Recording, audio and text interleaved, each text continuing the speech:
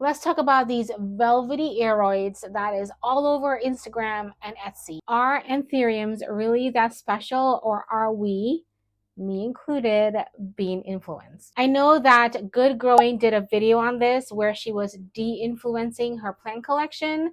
That's where I got the idea for this, but I feel that Anthuriums need to be de-influenced just a little bit. Not to hate on the hype, but to have an honest conversation what it's like owning these plants, and do they even live up to the obsession. Now, I'm going to be real with you. I do not have a huge Anthurium collection. I know some people out there have a way bigger collection than I have. It's been about 3 years since I got my first one, and I got a Magnificum. And I've slowly been adding a little bit more since then.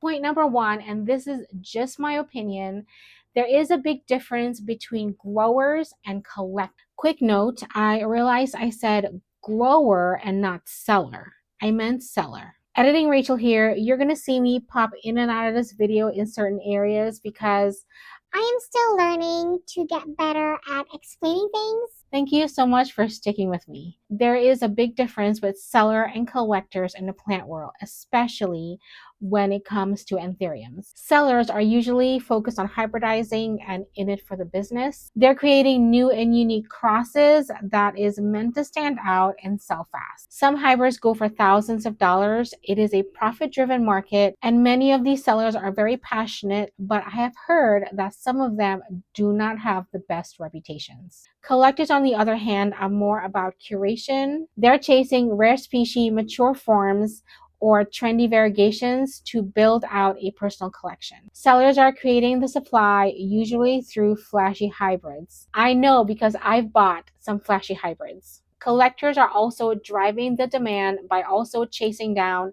rare, new, Instagram-worthy plants. For profit or passion, both sides are pushing prices up.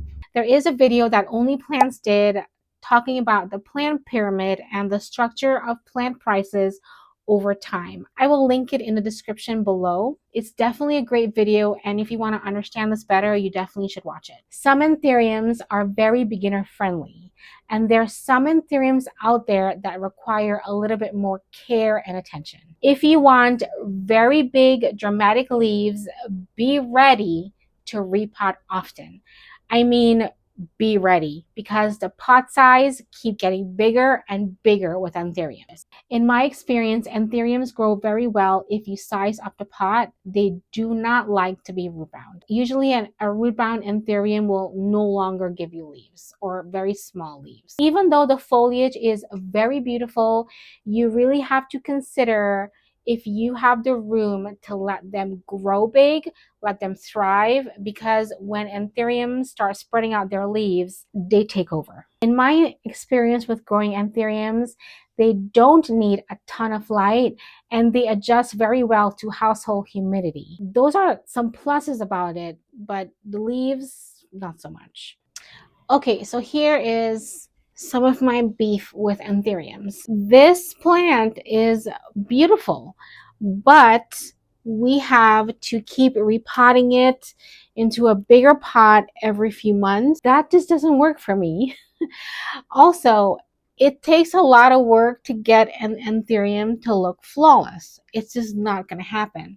I have yellowing parts of the leaves. In some places, I have yellowing leaves over here, and this plant taking up a lot of space. This is one of the things that I don't like about Anthuriums, and I think that's just something that happens if you start growing them. You find out that you just don't have room for them. You want to get bigger leaves and get them to thrive, but in order to do that, you need a lot of room. The other thing, in one pot, you end up getting several plants. They kind of multiply themselves in the pot. This is my Anthurium crystallinum. It's at the top shelf on one part of my shelf. It can't really go anywhere else because there's no room. This is my Anthurium Doriaki cross forgetii, and it is in pon. If you look, I have to have a dome for it. So I call this a dome, and that is incorrect because I make up words. I looked this up, and there is a word for it. It is called a rooting collar or a moss collar. The Anthurium will grow out a little bit, and this will be wobbly. In order to get this secure, you have to install something at the top of your pot to keep it secure. It's almost like an moss pole for it. And then when you do that, you will get other plant babies in here because the aerial root will take root and grow more babies. This one is a little bit more compact than the crystallinum, which looks like this versus this, definitely more compact. The other thing about Anthuriums is that, can you tell the difference which one is the Dorayaki cross with Forgetii and a crystallinum?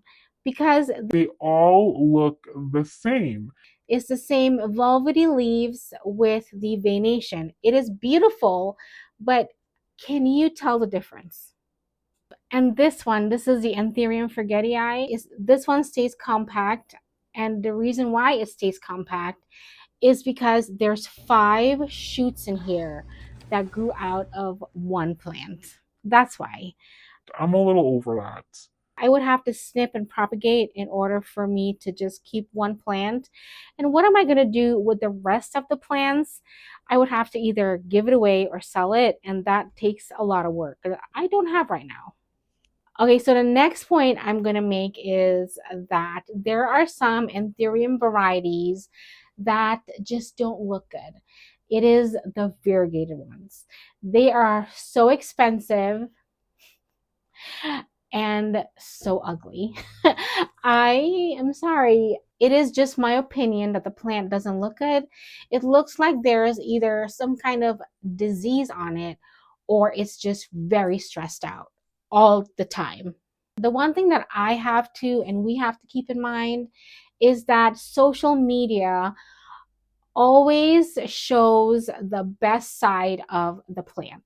The plant usually never has crispy leaves and is always camera ready. That's not the reality of a collector in the middle of the Midwest in her plant room. That's not my reality ever. My plants don't always look perfect. They're not perfect all the time. So sometimes when you see those Anthuriums on social media, it is social media ready, that's for sure. They are, we used to say Pinterest ready. Now it's social media ready because everything looks great on social media. You know, the Anthurium hype kind of reminds me of the Thai constellation craze when everyone had one no matter the cost. And those who didn't have one, they kept looking for one and got scammed through it. Sometimes sellers sold those Thai constellation as wet sticks without there being a node, and that is a scam. I will be filming my Anthurium collection video soon, so look out for that. It is a smaller collection, but if I were to start my collection over, it would look a lot different. I would have easygoing Anthurium with a velvety leaf. I would also have another shiny leaf Anthurium and then a longer leaf Anthurium. That's what I would do if I were to start over. Okay, so the final verdict, are they worth the hype or not? If you're one of those collectors that want to collect all of them, they are not worth it. Because all of us want big dramatic leaves, they just take up so much room. To enjoy these plants, I feel you need to set some boundaries. You grow a smaller collection very well. Smaller collection will allow you to learn about them, to care for them, and get those big dramatic leaves without getting overwhelmed. Growing a large collection of any genus can lead to burnout. I've been there. Now I want to hear from you. Are they worth the hype? What is your experience growing them? Do you have regrets? Do you have a lot of success? I want to hear it all. And let me know if you want me to de-influence my Hoya collection, because I could do that as well. Thank you so much for watching, and I'll see you in my next video. All right, goodbye. Peace out.